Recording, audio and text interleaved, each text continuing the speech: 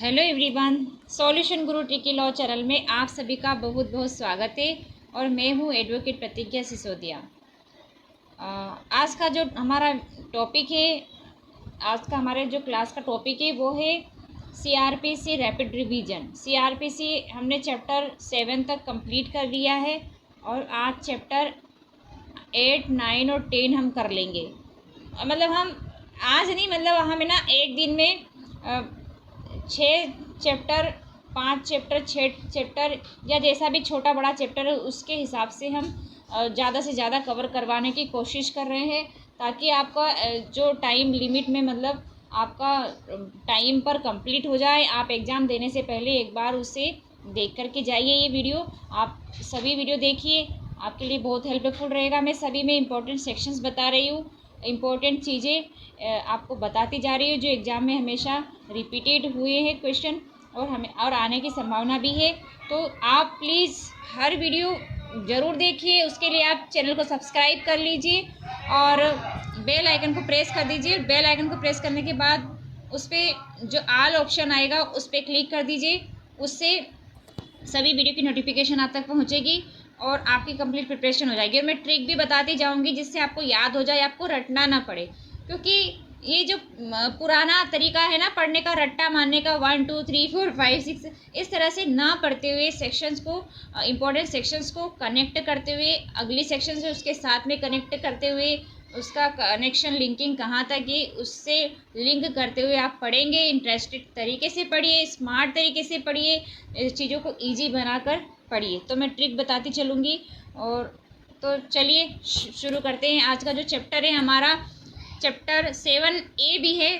तो chapter 7A में तो सिर्फ ज़्यादा इम्पोर्टेंट कुछ नहीं है। एक ही सेक्शन है 105A, उसमें आई हुई, मतलब एक बार एक एग्ज़ाम में आई थी। 105A में मतलब संविधाकारी राज्य की परिभाषा कहाँ दी गई है। तो 105A में संविधाकारी राज्य की डेफिनेशंस दी गई है। 7A में क्या है, संपत्ति की कुर्की वगैरह के बारे में 7A में बताया गया है। ठीक है,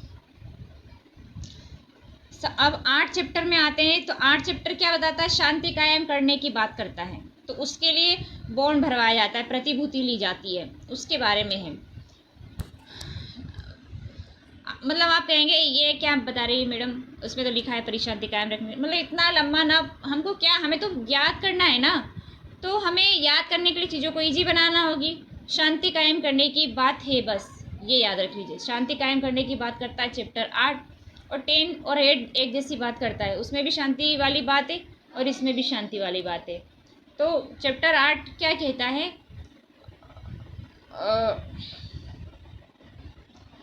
मतलब चैप्टर 8 ये बताता है शांति कायम करने के लिए बॉन्ड भरवाया जाता है इसमें। तो बॉन्ड भरवाने का जो सेक्शन है 106 से मतलब ये चैप्टर 8 का जो सेक्शंस का रेंज है वो है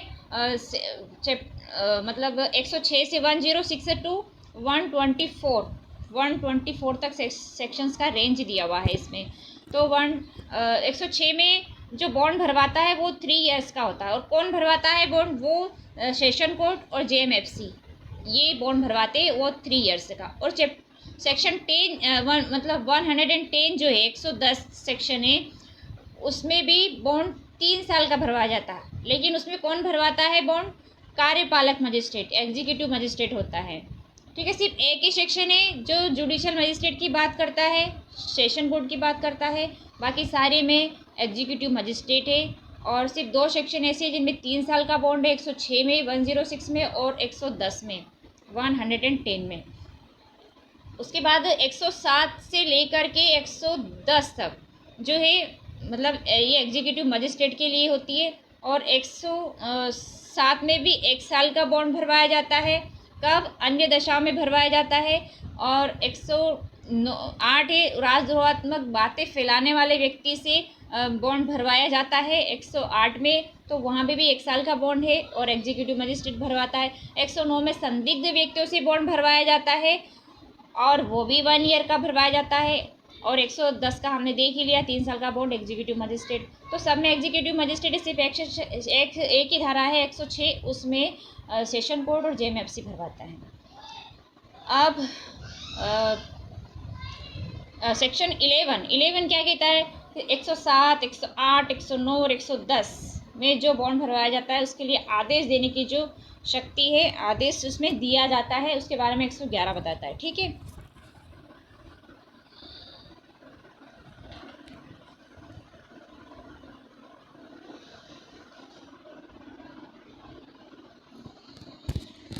अब आगे बढ़ते हैं। सेक्शन 115 में आ जाइए।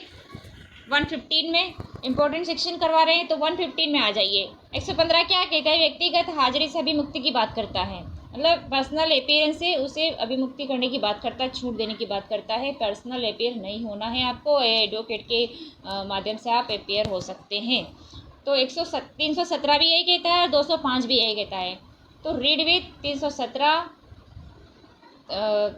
एंड 205, 317 और 205, तो ये तीनों सेक्शंस को साथ में याद कर लीजिए। आपको 3 सेक्शन याद हो रही है एक साथ में। और ये भी यही बात करता है। फिर 122, 123 आता है। तो 122 में क्या है? प्रतिभूति देने में व्यतिक्रम करता है, डिफ़ॉल्ट करता है। डिफ़ॉल्ट करता है मतलब चूक करता है, चूक जाता है, वो नहीं देता है, तो क्या होगा? तो उसको कारावास में भेज दिया जाएगा, 122 कहता है। और तो कितने समय के लिए भेजा जाएगा कारावास में? 3 साल के लिए। 3 साल के लिए कारावास में भेजा जाएगा। लेकिन कारावास कैसा होगा? सादा कारावास होगा। ठीक है। हाँ, और 123, 123 क्या बताता है? कि असफल हो जाता है, मतलब है ना, प्रतिभूति देने में असफल हो जाता है। तो असफलता के कारण कारावास में जो भेजा गया है ना, 122 में कारावास में भेज दिया गया है डिफ़ॉल्ट के लिए, तो इसमें असफल होने पर जो कारावास में भेजा गया ना, उस व्यक्ति को छोड़ने की शक्ति, मतलब छोड़ने की शक्ति है इसमें किसकी है? तो 123 का पहला कहता है कार्यपालक मजिस्ट्रेट ने आदेश दिया हो तो जिला मजिस्ट्रेट, डिस्ट्रिक्ट मजिस्ट्रेट छोड़ेगा उसको शक्ति है। 123 एक में एक अन्य मामलों में तो सीजेएम को शक्ति है छोड़ने की। ठीक है, अदर मामले हैं तो सीजेएम, चीफ जुडिशियल मजिस्ट्रेट। उसके बाद जो है सेक्शन आता है, मतलब ये तो हमारा कंप्लीट हो गया। ठीक है, ये मतलब हमारे इंपॉर्टेंट सेक्शंस हो गई है। 24 हमको करना नहीं है, बाकी के हमने छोड़ दिए। हमने कितनी देखी? 106 से लेकर के 110 तक, फिर 11, फिर 12, 13 हमने छोड़ दी, 14 छोड़ दिए, 15 में आ गए, 115 में 122 और 123 कर लिया, 24 छोड़ दिया है। फिर हम आते हैं चैप्टर 9 में। चैप्टर 9 में मेंटेनेंस की बातें, ठीक है, भरण पोषण की बात 9 करता है। 125 से 128 तक, 125 से तो 128 तक इसमें सेक्शंस दिया है। ठीक है, 4 सेक्शन इसमें दी गई है। तो इसमें 125 जो है आवेदन करने की बात करता है ना, किस कोर्ट में आवेदन किया जाएगा? तो जेएमएफसी में किया जाएगा।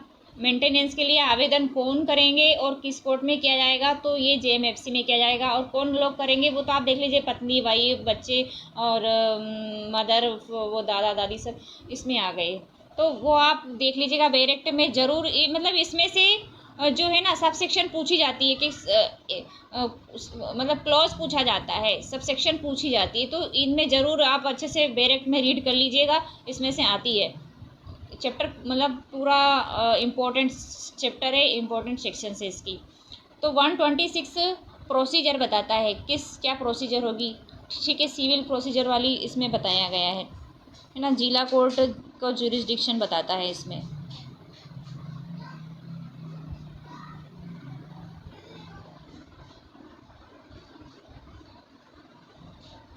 और मतलब इसमें एक क्वेश्चन बनता है कि मतलब जो संदेह कब किए जाएंगे, मतलब उसको मेंटेनेंस कब मिलेगा? तो जिस तारीख को आवेदन किया है ना, उसी तारीख से पेबल होगा, संदेह होगा मेंटेनेंस। 127 जो है भत्ते में, 127 है ना, अलाउंस की बात करता है, भत्ते में परिवर्तन की बात करता है। ठीक है, तो भत्ते में परिवर्तन कब होगा? तो इसकी कंडीशन है 127 एक बताता है कि जो परिस्थितियों में परिवर्तन हो जाता है, मतलब जैसे छोटे बच्चे थे, अब वो बड़ी स्कूल में जाते हैं, तो बड़ी क्लास में चले गए हैं, उनके खर्चे बढ़ गए हैं, और जैसे जैसे बच्चे बड़े होते हैं तो उनके खर्चे भी बढ़ जाते हैं, तो परिस्थितियों में परिवर्तन हो गया है। जैसे रेंट पे रहते हैं मान लो, तो रेंट का किराया अब कम था, अब ज़्यादा हो गया है, तो परिस्थितियों में परिवर्तन हो गया है, तो भत्ते में परिवर्तन होगा। उसके बाद जो है 127 का से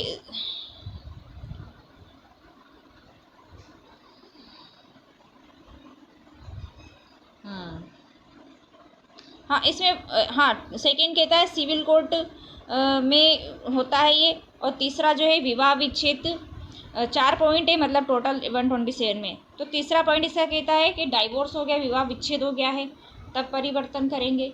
और 4 नंबर का है सारी राशि जो दहेज वगैरह दिया था उसकी सारी वसूली हो चुकी है, तो फिर भी भत्ते में परिवर्तन हो जाएगा, है ना। तो इसमें ये डिसाइड कौन करता है सारी चीज़ें? सिविल कोर्ट डिसाइड करता है। जिला की कोर्ट जो होती है, कुटुंब न्यायालय होता है, या डिस्ट्रिक्ट कोर्ट जो होती है जिला की कोर्ट, वहाँ पर ये चलता है, ठीक है। उसके बाद जो है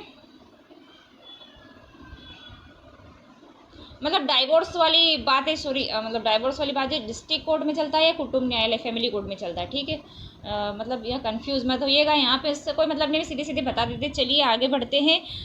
तो 128 इंतरिम भरण पोषण की बात करता है, ठीक है। इंतरिम भरण पोषण की बात जो है 128 करता है। तो इंतरिम भरण पोषण का जो आवेदन का निपटारा 60 दिन में किया जाएगा, इसके बारे में 128 में बताया गया है। और हाँ, और एक बात सबसे इम्पोर्टेंट ये है कि जो चैप्टर 9 है ना सीआरपीसी का, ये एकमात्र ऐसा चैप्टर है जो सिविल नेचर का है, ठीक है, सिविल नेचर का है। कुछ कुछ चीज़ें इसमें सिविल से मिलती हुई है, सिविल। अब चैप्टर 10 में आते हैं। हमारा टाइम बर्बाद ना करते हुए मतलब हम फटाफट से कर लेते हैं चैप्टर 10। अगर चैप्टर 10 हो जाता है, फिर अगर टाइम मिलता है तो हम नेक्स्ट वीडियो मतलब हम तीन चैप्टर और करवा देंगे अगले वीडियो में। तो एक दिन में हम 10 चैप्टर करवाने की कोशिश कर रहे हैं, ताकि आपका 1-2 दिन में पूरा कंप्लीट हो जाए। तो चैप्टर 10 में लॉ एंड ऑर्डर मेंटेन करने वाली बात है। लॉ एंड ऑर्डर मेंटेन जो है चैप्टर 10 में किया जाता है, ठीक है। पब्लिक ट्रैंक्विलिटी की बात करता है 10 पब्लिक ट्रैंक्विलिटी। ये ट्रिक बता रही हूँ मैं जो कुछ भी बोलती हूँ ना उसे आप कैच करिए। मेरे एक एक वर्ड को, एक एक चीज़ों को मैं क्यों बोल रही हूँ, ये सब चीज़ें बार बार रिपीट क्यों कर रही हूँ, मैं इसलिए कर रही हूँ, ये आपको ट्रिक बता रही हूँ और आपको याद हो जाएगा, ठीक है। 10 में पब्लिक ट्रैंक्विलिटी की बात है, लॉ एंड ऑर्डर मेंटेन करने की बात है। और पूरा चैप्टर 10 एग्जीक्यूटिव मजिस्ट्रेट का होता है, कार्यपालक मजिस्ट्रेट को इसमें पावर है पूरा चैप्टर 10 में, ठीक है, ये याद रखिएगा। तो चैप्टर 10 का जो सेक्शंस का रेंज है 129 से तो 148 तक है। तो इसमें जो इम्पोर्टेंट सेक्शंस में बताऊंगी, पूरा चैप्टर इम्पोर्टेंट है, पूरा इम्पोर्टेंट है। इसमें से कोई सा भी पूछा जा सकता है, 2 सेक्शन एक साथ पूछे जा सकते हैं, या कुछ भी मतलब पूछा जा सकता है। और सीधे सीधे सेक्शन बेस्ड क्वेश्चन आता है, इस पे से बहुत कम इसमें क्लॉज वगैरह से क्वेश्चन आता है, सीधे सीधे सेक्शन बेस्ड क्वेश्चन आता है। तो आपको सीधा याद करना है बस, और मैं इंपॉर्टेंट सेक्शन बता रही हूँ वही याद कर लीजिए, वही आएगी। और आपको अगर लगता है थोड़ा सा पढ़ना चाहते हैं तो डायरेक्ट में से रीड कर लीजिएगा। तो सेक्शन 129 इसमें मतलब ABCD 4 क्लॉज दिए हुए हैं। तो ए तो अनलॉफुल असेंबली की बात करता है 129 से तो 132 तक। फिर बी क्लॉज आता है, न्यूसेंस की बात करता है। तो न्यूसेंस इसमें हाँ पब्लिक न्यूसेंस, न्यूसेंस भी कौन सा? पब्लिक न्यूसेंस, प्राइवेट वाला नहीं, पब्लिक न्यूसेंस की बात हो रही है। तो 133 से तो 143 तक, 143 तक, 133 से 143 तक पब्लिक न्यूसेंस की बात है बी क्लॉज में। और सी में आता है, सी में भी न्यूसेंस है लेकिन वो जो कर्फ्यू वाला है, सी में क्या है, सी से कर्फ्यू कर लीजिए कनेक्ट, सी से हो गया कर्फ्यू। कर्फ्यू का जो सेक्शन है 144 और 144A, उसमें अर्जेंट मामले हैं, आशंकित खतरे के अर्जेंट मामले, न्यूसेंस के साथ में आशंकित खतरे के अर्जेंट मामले, मतलब कर्फ्यू वाली बात आ गई है। डी वाला आता है, डी में क्या है, डी में प्रॉपर्टी वाला है, भूमि के विवाद है, जल और भूमि के विवाद आ गए प्रॉपर्टी वाले डी में। तो 145 से 148 तक। तो हम देख लेते हैं अब मतलब क्लॉज मतलब इसका जो है क्लॉज ए देख लेते हैं, पार्ट ए देख लेते हैं, मतलब इसमें तो इसमें अनलॉफुल असेंबली वाली चीज़ें देख लेते हैं। 129 सिविल ऑर्डर के द्वारा जमाव को तितर बितर किया जाता है। हाँ, सिविल बल के प्रयोग द्वारा जमाव को तितर बितर करने की बात 129 कहता है। और इसमें executive magistrate, police officer incharge और एसआई, ये 3 लोग होते हैं, ये करते हैं। उसके बाद 130 और 130 130 और 131 दोनों सेक्शंस को साथ, मतलब तीनों को साथ में लिखिए। 129, 130 और 131 तीनों को साथ में कनेक्ट करिए, लिखिए साथ में। नोट पेन लेकर के बैठिए, डायरेक्ट भी निकाल लीजिए और आप नोट करते चलिए। अगर डायरेक्ट में करना है तो डायरेक्ट में कर लीजिए। तो 129, 130 और 131, तो 129 में तो सिविल बल के प्रयोग द्वारा जमाव को तितर बितर किया जाता है। 130 में सशस्त्र बल के प्रयोग द्वारा जमाव को तितर बितर किया जाता है। और सशस्त्र बल के ऑफिसर्स की जो पावर है वो 131 में दी गई है, ठीक है। और 132 क्या कहता है कि 130 मतलब 129, 130 और 131 में जो मतलब जो कार्यवाही की गई है उसे प्रोसिक्यूशन से उसको प्रोटेक्शन दिया गया, मतलब कार्यवाही नहीं चलेगी उन पर, सशस्त्र बलों पर, उन जो अधिक ऑफिसर्स हैं उन अधिकारियों पर अभियोजन से संरक्षण की बात करता है 132। अब बी क्लॉज में आते हैं। बी में न्यूसेंस दिया गया है, पब्लिक न्यूसेंस। न्यूसेंस भी कौन सा, पब्लिक न्यूसेंस, 133 से 143 तक। तो 133 से 143 सेक्शंस का रेंज है इसमें। 133 कहता है इसमें सशस्त्र आदेश दिया जाता है, ठीक है। न्यूसेंस हटाने के लिए सशस्त्र आदेश दिया जाता है। कौन देता है, DM, SDM, DM and SDM इसमें आदेश देता है। जैसे पर्यावरण प्रदूषण का निवारण वगैरह के लिए दिया जाता है ना। जैसे ये बीमारी फैलती है उसके लिए और आदेश दिया जाता है। कचरा बहा रहे हैं या कुछ भी न्यूसेंस हो रहा है, जैसे डीजे वगैरह बजाते हैं, तो कौन आदेश देता है, डीएम, एसडीएम वगैरह।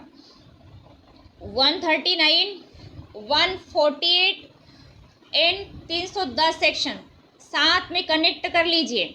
ये एक जैसी सेक्शन है, इसमें से पूछा जाता है, एग्जाम में आता रहता है, रिपीटेड क्वेश्चन है इस पर। तो ये 139 क्या कहता है, इन्वेस्टिगेशन की बात करता है।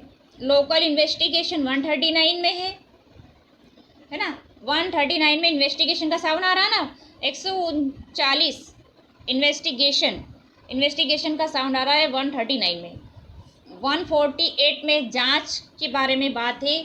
जांच मतलब आँच और 8, 148, 148, 8 में 8 हो गया। 8 मतलब आँच, आँच मतलब कि जांच, स्थानीय जांच हो गई, ठीक है। आई होप आपको पसंद आ रहा होगा, अच्छा लग रहा होगा। अच्छा लग रहा है तो प्लीज़ एक लाइक ज़रूर कर दीजिए, अभी कर दीजिए। आप भूल जाते हैं, आप लाइक नहीं करते हैं, बहुत बुरी बात है। अभी कोई मेहनत कर रहा है आपके लिए तो कर रहा है, आपके साथ कर रहा है।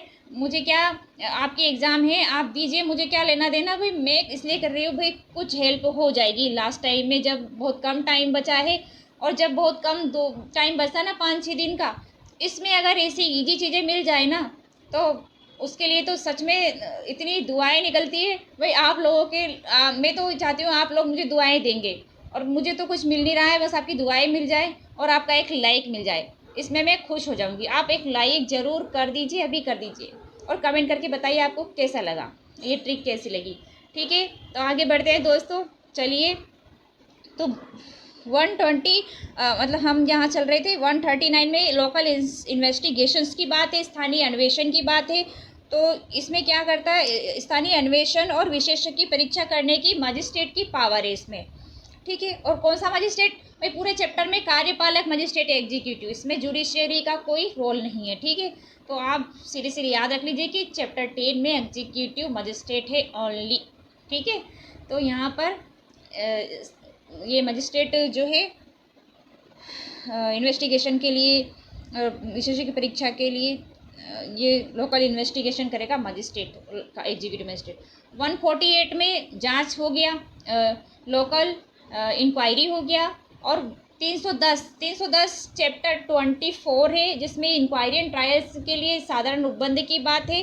तो 310 मतलब, तो उसका सेक्शन है 310। उसका जो सेक्शंस का रेंज है ना चैप्टर 24 का, उसका सेक्शंस का रेंज है 300 से 327 तक। 300 से 327 सेक्शंस का उसका रेंज है। 300 जो है ना यहाँ से सेक्शंस का रेंज 300 से शुरू हो जाता है।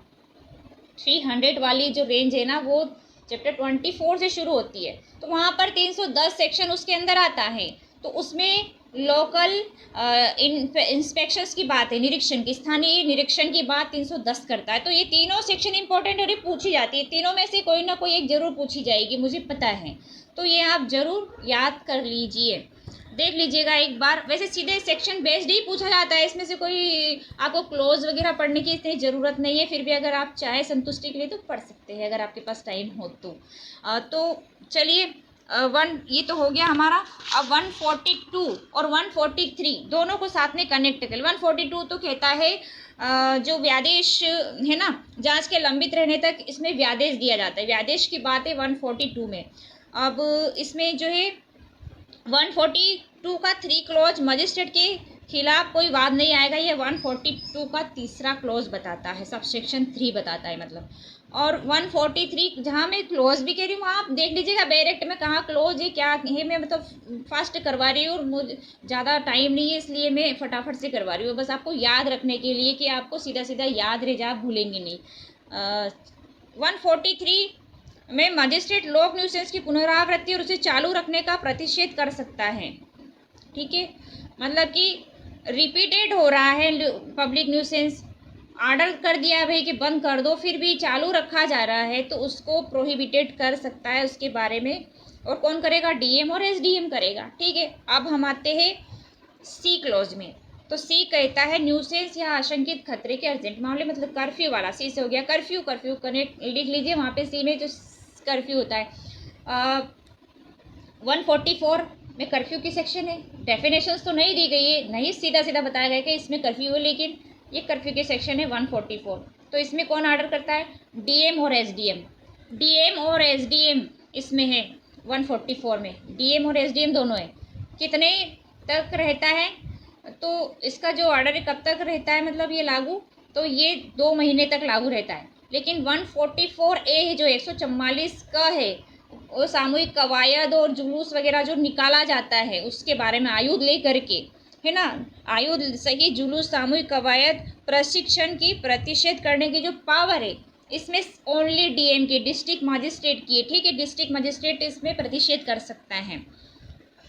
अब डी में आते हैं हम। डी में हमारे पास सिर्फ 3 सेक्शंस बची है, 145, 147 और 146, 145, 146 और 147। लेकिन 145 और 147 को साथ में कनेक्ट कर ली, दोनों एक जैसी सेक्शन है। 145 तो भूमि और जल से संबंधित वाद जो आते हैं उससे शांति भंग होने की संभावना है, वो बात करता है। और भूमि के या जल के उपयोग के अधिकार की बात करता है 147। जो भूमि और जल है ना, उसके उपयोग का जो अधिकार है उसके बारे में जो विवाद होते हैं उसके बारे में बात करता है 147। ठीक है, और 146 क्या बात करता है? 146 हम सीक्वेंस में नहीं पढ़ते, हमारा ये तरीका नहीं है, बेकार तरीका है सीक्वेंस में से 101, 1 2 3 4 5 6 नहीं। अरे जहाँ हमें ज़रूरत लग रही है, जहाँ कनेक्टिविटी हो रही है, जो चीज़ें एक जैसी सेक्शन है, जैसे 145 147 दोनों को साथ में याद कर लीजिए। क्यों सीक्वेंस में याद करें?